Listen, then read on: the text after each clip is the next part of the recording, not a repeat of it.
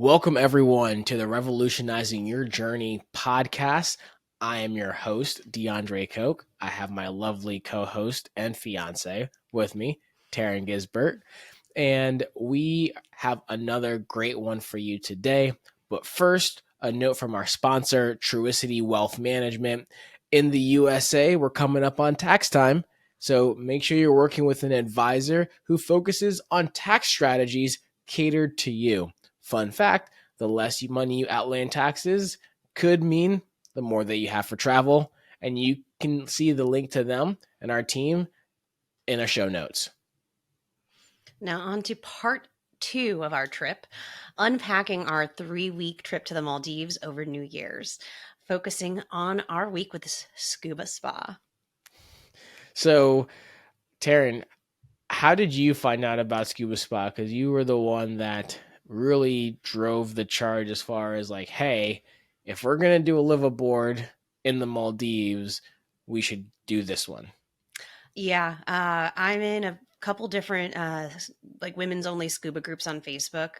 It's like Girls at Scuba and Scuba Women, and it's really great community. Women can share different experiences, and this ScubaSpa has come up so many times. And the first time I heard it, I was like, do they know me? I felt so seen. I was like, there's a liveaboard that not only I can scuba dive in the Maldives, but they have spa packages like on the same boat. Like I didn't think that it could be synonymous with a liveaboard to have a luxury experience. And in all of my groups and anyone who would highly recommend it, they also would warn it will ruin you for liveaboards, because this is going to be like top of class, best experience, and any other liveaboard's going to feel significantly like a step down, and it'll kind of ruin it. And I said, let's ruin me for it then. Like, let's do this. We got to go all out if we're going to do it. Yeah, and it was really cool because they offer different packages, right? So you could do the diving only package, which would get you up to 17 dives in the week. And that didn't mean that you couldn't do any spa packages. It just meant that you would have to just pay a la carte for the spa services you want. They had a spa only package, where I think you get somewhere around 7 or 8 spa packages that you can use throughout the whole week. And then they have a scuba and spa package where you got basically half of each. So something like 6 or 7 dives, 3 or 4 spa packages throughout the week as well. And so if you're not like a huge diver, but you do enjoy some diving, that's like a good mix for both of you. And just to be really clear, again, if you wanted to hear more about our overall Maldives story, this is part 2. Last week episode was part 1. And if you go back to episode 5, that's where we actually break down our entire like travel hacking strategy of how we got to the Maldives. One thing I want to point out is ScubaSpa was not a hack in itself. We actually did just pay straight up cash for this. Part of the reason why we could do that is because we save so much money in so many other aspects of travel. But this was not a hack. And when you go to book, they have 2 boats, Yin and Yang. Boats are pretty much identical. And we ended up booking on the Ying, which ended up being fantastic for us because of we met an incredible group of people. But if you're looking to book this and you see, there's 2 boats, they're the exact same services, everything like that. And so it was great. I know when we got back from Adaaran, we went to the airport, and then ScubaSpa picked us up from the airport. And just from the moment we got on the Doni, which is the dive boat that they also use for transferring us, it was just a great experience, right? I mean, there was not a low at all that entire week. No, honestly, I had such high expectations because people put them there, and I wasn't disappointed with anything. And I won't lie. I mean, part of me was thinking like, okay, I expect this to just be top class, like everything to be perfect. And it was like, like the food, the service, like the crew.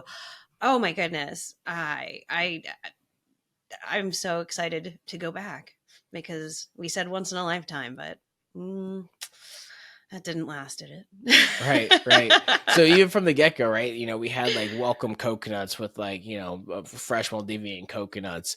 We got to meet Brandon, the cruise director, Bryony, who was like the head dive master. They're great. yeah, we had the welcome towels. Got to meet the bartender very early on as well. It was great. We got shown to our cabin. We had our, day one briefing. So kind of all the people that were there, a lot of couples, no one knows each other, or most people didn't know each other, I should say. And so you're all just kind of sit around, get briefed. I think one of the weirdest but coolest things was the no shoes rule, right? I And love that. so, a lot of times when you're on like boats, right? Especially some larger boats, well, I should say larger like catamaran and stuff. Yeah, no shoes. But this was a very, very large boat to have a no shoes rule. And so I think this is the first time in my life since maybe being a toddler that I went an entire week without ever putting on a pair of anything on my feet, right? Because, we were either on the boat or transferring to the dive boat or in the Mhm. water or on a beach. So literally didn't need to put on shoes until honestly the moment we were leaving. Which I loved. I thought that was fantastic. I mean, I grew up on boats. I had boat shoes, but I always kind of preferred to be barefoot. And you know me, I like being barefoot as well. It helps ground you. And the whole reason that they do that is to prevent slipping, which they Right. explained, because you can feel yourself slipping much easier if you're barefoot and you can catch yourself better than if you actually have shoes on. And hey, that's something you can save some weight packing wise if you know that on the front end. So we Right. said we give you some tips, and you're not going to need any shoes. So I mean, maybe that justifies the fin space Right. in the suitcase. Yeah, and so it was great. We got there. They gave us crates for all of our dive gear. We put our dive gear in the crates. Then they took them themselves. They set up all of our gear for us, which was really nice. Um, and so a typical day for us was, we would wake up early. And so I will say, from a travel standpoint, we woke up the earliest consistently than we typically ever did. Because we would wake up, we'd have coffee at 5:45 in the morning. There was sunrise yoga around the same time, if you would like, right on the front of the boat. And then we would have our first dive briefing at like 6:15, 6:30 ish. Right. So we'd have our first dive of the morning pretty early. And then we would get off the dive. They'd have snacks for us on the dive boat. And then they'd bring us to the main boat. And that's when we had breakfast. Right. And the breakfast spread was always incredible. Yeah, it was the food was spectacular, honestly. I mean, you had eggs cooked to order, you also had fresh fruit, pastries, and then there was always some hot options. And the food was spectacular. And I mean, the typical day you had to check the board though, because they would change the schedule. Because sometimes you got to deal with weather, and they were Yep. so swift to make changes when those kind of things would happen. It was really impressive to see how Brandon, the cruise director, and would work with all the different dive masters and with the crew, and they would be able to make a new plan, and it was amazing. But you had to check the board to see, because sometimes things could change of what was on the schedule, but it would tell you the times of the dives, the names of the dives, which was really cool. And I love the briefings. I feel like they were the most educational briefings I've ever had before diving at a site. I loved that they'd show us like about the formations, which we learned so much about, as well as like geographically where we were, and it was just a really in-depth briefing before we would go on each dive, and I felt way more prepared for what we were going to be doing and seeing than I think anywhere else I've ever dove. Yeah, well, typically when you have a dive briefing, right, the briefing is given to you by your guide while you're on the boat, like 20 minutes away from where you're about to drop into the water. Whereas here we would have they would ring a bell. So they had a dinner bell they used for everything. So that's when you knew something was going on. So they ring the dinner bell. We would all go and sit in the main restaurant, like dining area, and they had a giant, TV in there. And so the dive briefing was with all of us sitting there. They explained where we were location wise, the sea life, and they basically gave us a PowerPoint of before every single dive. And then immediately we got on the Doni, which is a traditional Maldivian boat. That's what the dive boat was. And the Doni had all our tanks and everything. And then we just go and boom, get in the water and dive. And so yeah, the briefings were very elaborate, but it explained a lot and told us exactly what to expect and the strategy and depending on the current, what we were going to do, and very, very, very detailed. Mm-hmm. Yeah, it was great. But it was really awesome because as soon as you'd get back to like everything was set, you knew when your next meal was, or there'd be a snack, or maybe Yep. there was time to relax after that one, after lunch, and then you can have maybe a nap. We did take a couple naps, I think. Yep. Yeah, we did. And so, But and there was a lot of dives. I mean, a lot of days it was, you know, dive before breakfast, breakfast, dive after breakfast, lunch, dive after lunch, snacks at the bar, evening dive, dinner, and then maybe evening activity, right? So, like in a peak day, you could do 4 dives, which it gets tiring. So, you don't have to do all the dives. You can do as many or as little as you want. And so, a lot of days we did all of them. A couple days we did actually relax and choose a couple to not do. But it's although it's a very relaxing experience, it is feeling very active as well because we're getting up, we're gearing up, and I mean, but the sea life we saw made it worthwhile, right? Like if every place we went to you didn't see anything, diving would be boring, but we saw some incredible sea life. we were very fortunate, I think. I mean, they everyone did tell us that because that's not something that they can actually influence for sure, right? There's no promises that you're going to see Right. a whale shark or a manta, and oh my gosh, we did.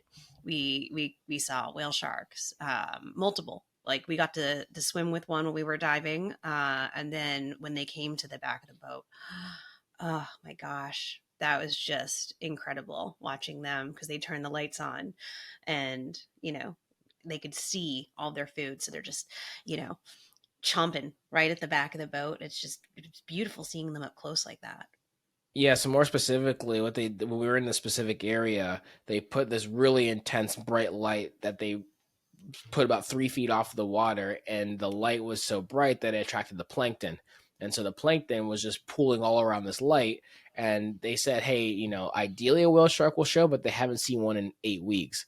Well, this massive whale shark shows up and just starts gulping at the plankton and gulping at the plankton. And so I take the opportunity to actually get some drone footage. So if you don't follow us on Instagram, social media, please do so. You actually can see in our highlights, we've got plenty of videos of the whale shark just there at the back of the boat. And this thing was a monster. I mean, it was probably 16 to 18 feet long. And then that one goes away, and we're like, great, we saw the whale shark.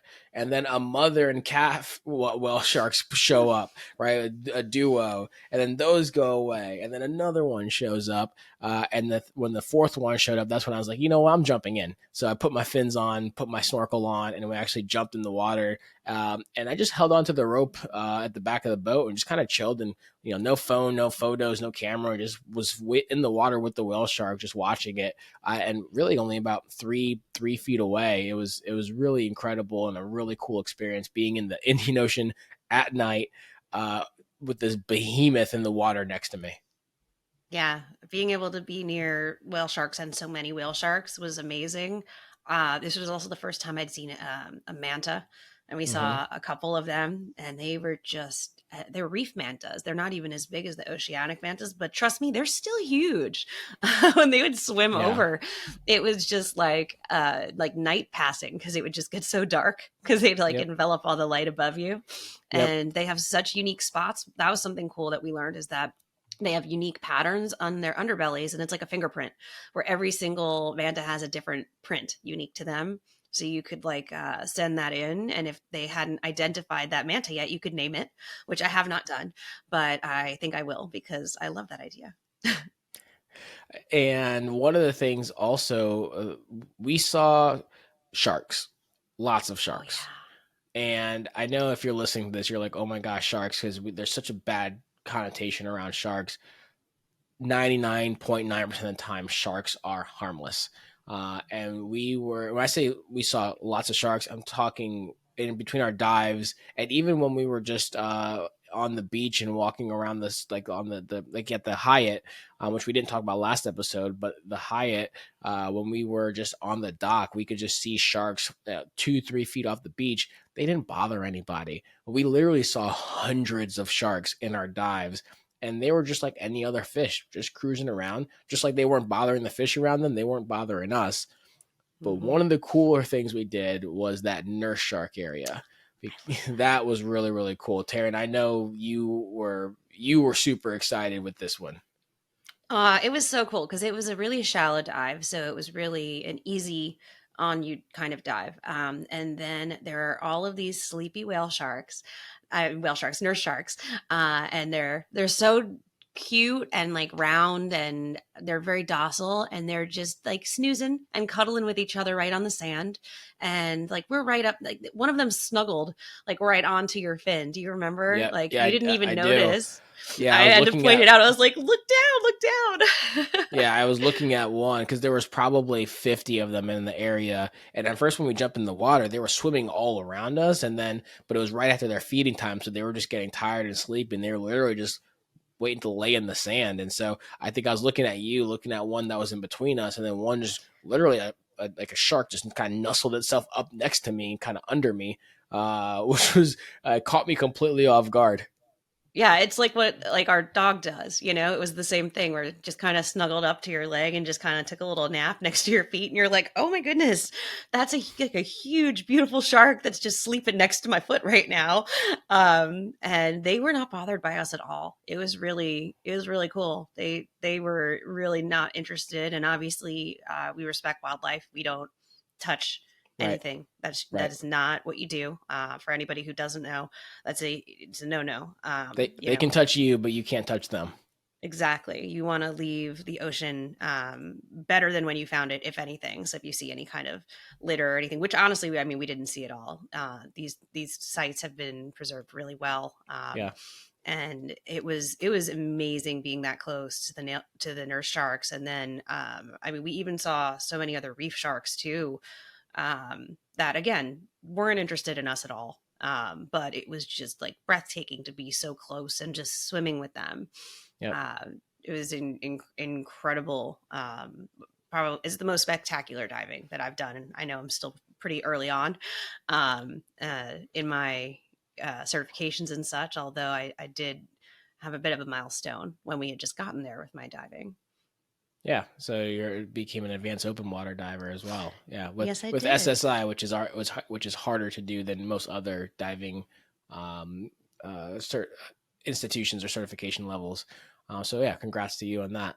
Thank Um, you. we did, and for those of you that are not divers, if you enjoy snorkeling, you're still going to have an incredible experience because one of the times we actually dove and saw a whale shark in our dive, there were probably there were 100 snorkelers around as well above us that also got to see the whale shark. So there's a lot of cool experiences you can have because the visibility is absolutely insane. You can very easily see 150 to 200 feet distance underwater, or sometimes in a dive you can't even see your hand in front of you with all the sediment and everything like that. So the water is just pristine. It's crystal clear.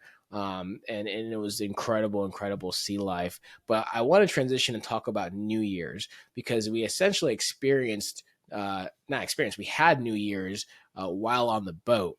And so that was actually our first full day. So we arrived on day one, and boom, day two was New Year's Eve. Um, so we had a couple dives before lunch.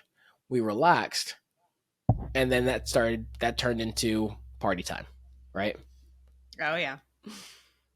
Yeah, it was great because the beach party ended up turning well, it was supposed to be a beach party, but because of the weather, it ended up being a boat party, and it was really cool because I actually had to help them set up the sound and everything like that, which was a whole kerfuffle. But we made great friends because Claire, who or Clarita was the singer that they had brought on board, and she's an amazing, amazing, amazing singer. Just her voice is heavenly. Uh, Yes, it yeah, really is. yeah, it was incredible. I think she's got a couple number one albums in the UAE. And I believe her husband Mark said that she has helped open up for Elton John, like in Abu Dhabi, like incredible singer. So she performed over dinner, and then DJ Tall Paul. So they had a DJ there too.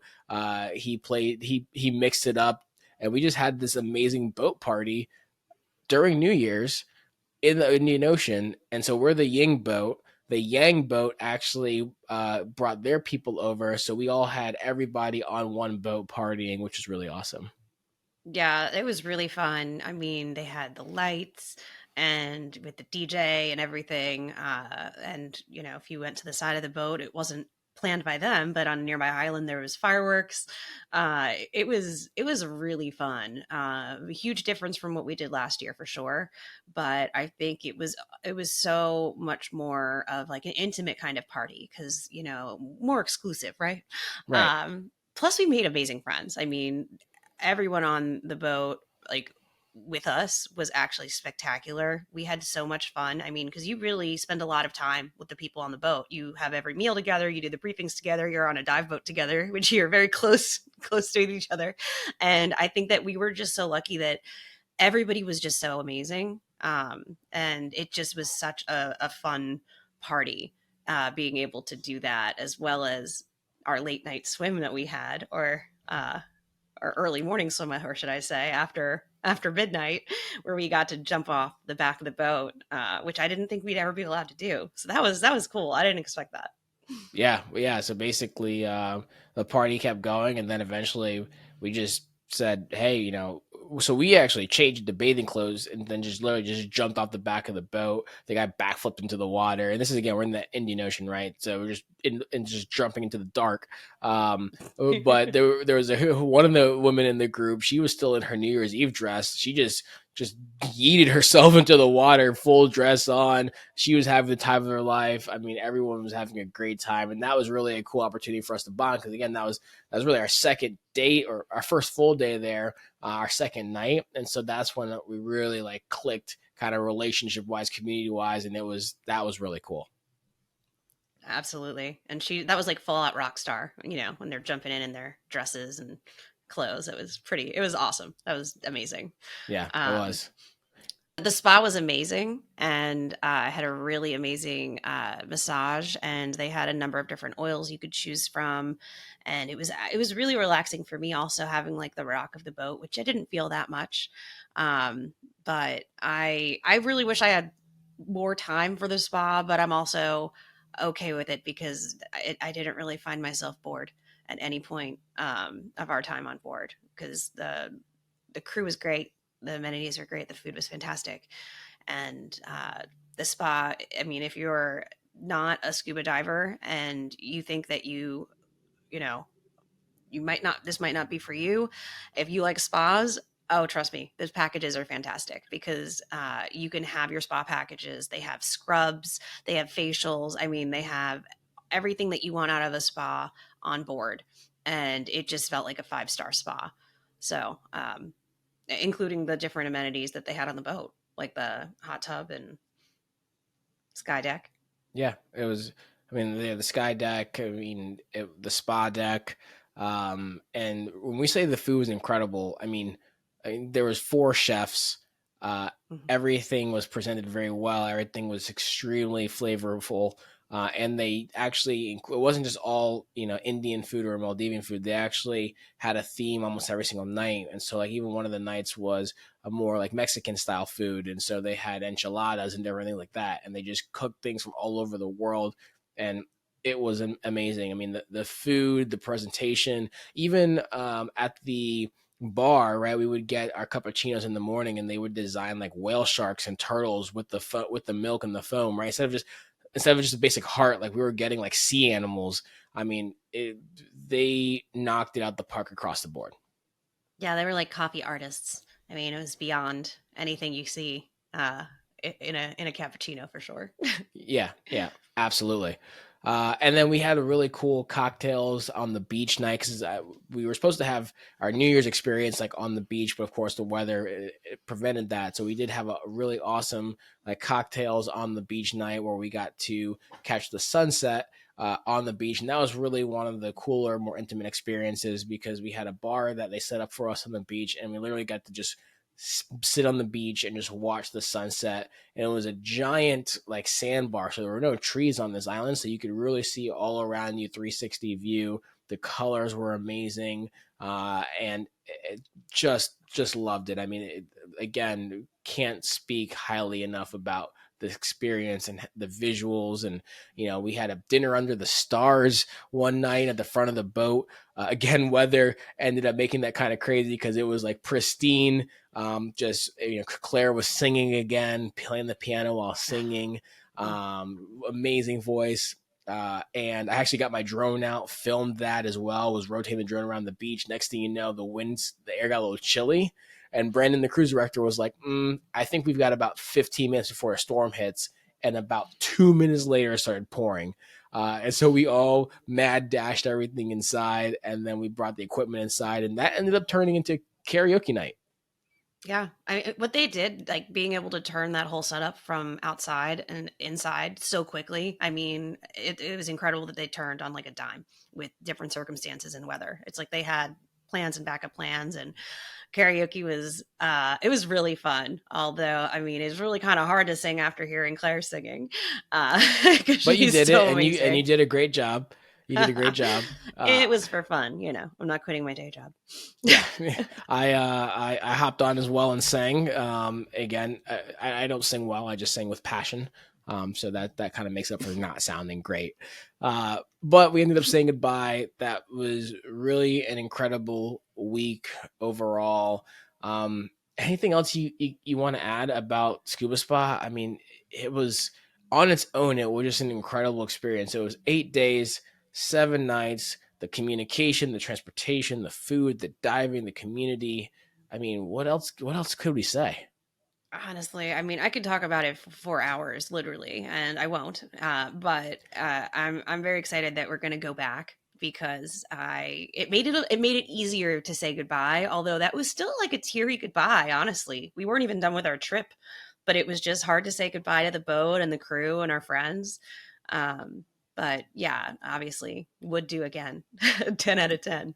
Yeah, and we are actually. They invited us to come back for a special occasion in November. So we will be going back to Scuba Spa and having another incredible week. And so after Scuba Spa is when we went to the Park Hyatt, which we talked about last episode, how amazing the Park Hyatt was. Uh, Truly an incredible experience.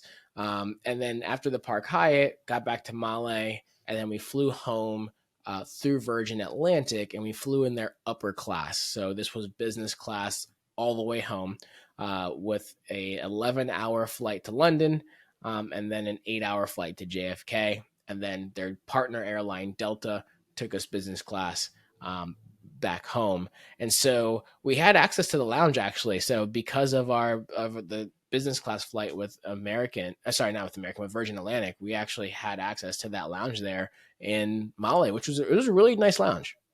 It was nice. It was cute. Again, no alcohol in this lounge, but they did have a lot of other options. They even had like a zero alcohol beer, as well as different juices and hot foods, and it was definitely a cute lounge there. But Virgin Atlantic upper class was cool because it's not just business class because they only have upper class, so they don't have like a first. A lot of different airlines will have, a first and a business. They kind of brand it all as upper class, but it was a totally different flying experience because it says it in a lot of their branding because it's meant to be like a social experience. And having a bar on the plane that you can get up and go, and they take off this fasten seatbelt sign, and you can go stand at the bar, and the flight attendants are mixing cocktails for you, and you're socializing with other people on the flight. Like it was like a party. It was really a totally unique flying experience for me. It was. So the staff, 10 out of 10 Oh for me. yeah. The layout, my least favorite. Uh, and to describe it for the listeners, essentially, and you can see our videos, you can see our stories if you go to Instagram. But essentially, even though you're business class, so Taryn and I were on the right side of the plane. We each had a window, but the window is actually to our back, and you actually face inward. So everyone is pointing inward to the center of the plane. And so it was kind of weird because you could just awkwardly look at your neighbor kind of across the aisle from you. And then it was really hard for Taryn and I to communicate with each other because it's, you're staggered, you're angled, facing forward with your back to the window. Like one of us would have to crane our neck over our back left shoulder to be able to talk to the other person. And then the other piece I didn't like was the fact that, and I want to be really clear, this is like complete first world problems, right? We're still flying business class. We're still having like champagne in the sky, right? So this is completely first world problems. But if I'm going to be picky, because, again, we like to travel hack and have great experiences, the bed, typically when you're in a lie flat bed in business class, you just hold a button and your seat turns into the bed. You don't have to move. There, you have to actually fully get out. And then like the back of the chair flips up and turns it into a bed in this weird kind of way, but you can't actually be in the seat. You can't even have your TV monitor out. You have to be completely out, have your TV monitor stowed for the seat to turn to a bed. And there's no like middle ground where if you wanted to kind of recline up to watch a movie but still be in a position to fall asleep, you can't really do that. It's either like seat or flat. Again, first world problems. The bed was comfortable. The food was great. The staff was great, but those things did make it an annoyance when you're on an 11-hour flight and you not necessarily not want to completely lay flat and go to sleep, but also you don't want to be sitting upright, when you're watching a show. But I know overall though, like Taryn, I kept finding you at the bar, so I think you didn't even notice that much. I didn't. I did take a bit of a nap on each flight, and yeah, it was a little cumbersome with the seat and everything. To your point, but that's the layout of the plane, and the plane is the plane, right? But the staff, I feel like, made it so fun. Like I've just never had flight attendants that were just so like personable and cool, and it was a really awesome. They even had given us a little card and a bottle of champagne to take with us Yeah. on our second flight from London As an back to engagement, yeah, as an yeah. engagement, congratulations. Yeah. Yeah, like a full bottle, not a tiny bottle, like Yeah, a full a bottle full of legit bottle. champagne and a Yeah. card from them. It was just really sweet. They did kind of everything to be, above and beyond on service, I think. So, everything that was in their control, I thought was spectacular. It was. It absolutely was. Airways or Virgin Atlantic, they did a great job. Their crew was amazing, and the vibe of the plane, the lights, was like a purple, bluish glow, almost like you see gamers use when they're streaming in the background. Like a really cool effects everywhere. It was really awesome, and again, the food was great, and they had some really cool cocktails as well, which was awesome. And so we basically landed in JFK. We got to JFK late. We stayed in a hotel for probably all of like 7 hours. It really wasn't much because we had a flight out the next morning. And that's when we headed home. And that was the majority. That was basically it for our trip. Overall, Maldives was a phenomenal experience. I mean, Taryn, I know this was a two-parter right over the last 2 weeks, but just, let's give some final thoughts. What'd you think? Maldives. I'll let you go. It's officially right now my number one country of all the places that I've been.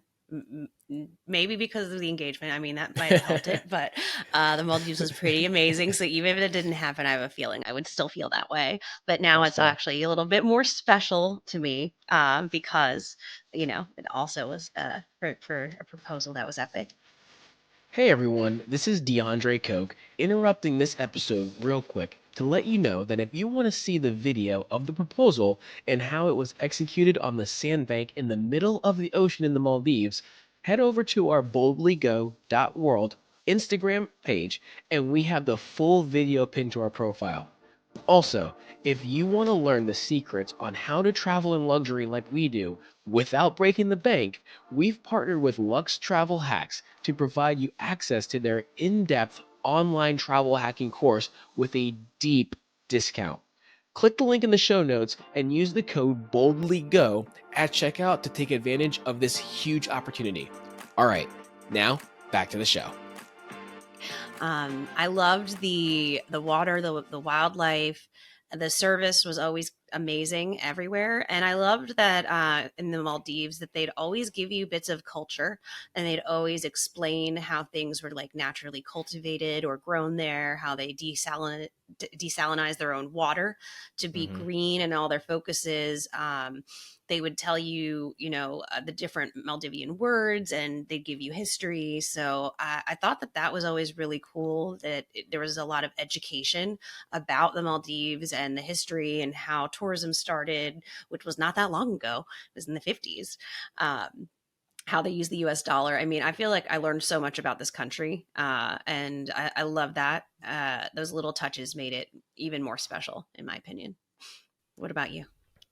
Yeah, it was amazing. I think everywhere we went, the staff, felt like they went above and beyond. Everyone felt really generous and heartfelt in like their desire to want to help you, to want to serve you. Honestly, the last time I felt like that level of service or something close to that was probably when we were in Oman. Where I felt like really everyone there wanted to serve. And the only difference was everyone in Oman was Omani. Here, people were from all over the world. And we just met a lot of really great people. And, this is one of the few places I've been to in the world where it looks in reality as good as it looks on social media. Right. I mean, the water is pristine. When it's not raining, the sky is pristine. The sea life is so vibrant. It was truly an incredible experience. And so for the listeners out there, Maldives should absolutely be on your list. It's absolutely somewhere you can go through hacking. It's going to still cost some money. I'm not going to say this. Maldives is one of the places that it's going to be a little bit difficult to do everything completely on points, completely free, but it is doable. But it's a place where you can have an incredible experience. And that's why we're all about revolutionizing your journey, because for the same amount that you pay to go to the Caribbean or wherever it may be in cash, the right strategy when it comes to points, cards, travel hacking, understanding status, all those things could take you to the complete other side of the world, to a place that when you get there, you are going to believe this can't actually be real, because it is so beautiful. Taryn, any last thoughts before we go? No. I mean, it was magical. It was a magical place. I kept saying that when we were there, like, this can't be real. How is this real? Yeah. You guys got to check it out. You absolutely do. So just as a reminder, make sure to follow us on all social media platforms, including TikTok, but especially Instagram. That's where both of us share live what's going on, our trips, our experiences. You can live vicariously through us, but you'll also get the tips and tricks that we share over the podcast there as well. And we'll be able to connect with us through our website as well, boldlygo.world. You'll be able to actually, if you sign up for the newsletter there, get access to our recommended cards, our cards for different categories. And we even have a calculator there that you can use to understand how much value are you getting for your points, and is it worthwhile to redeem your points for this amount of value. So we have a lot of tools, tips, and resources for you available as well. Don't forget to like, share, subscribe, tell your friends, share the podcast, keep enjoying the journey. Remember, we are revolutionizing your journey in travel, right? So this is your journey, our revolution. We'll catch you on the next episode. Have a good one.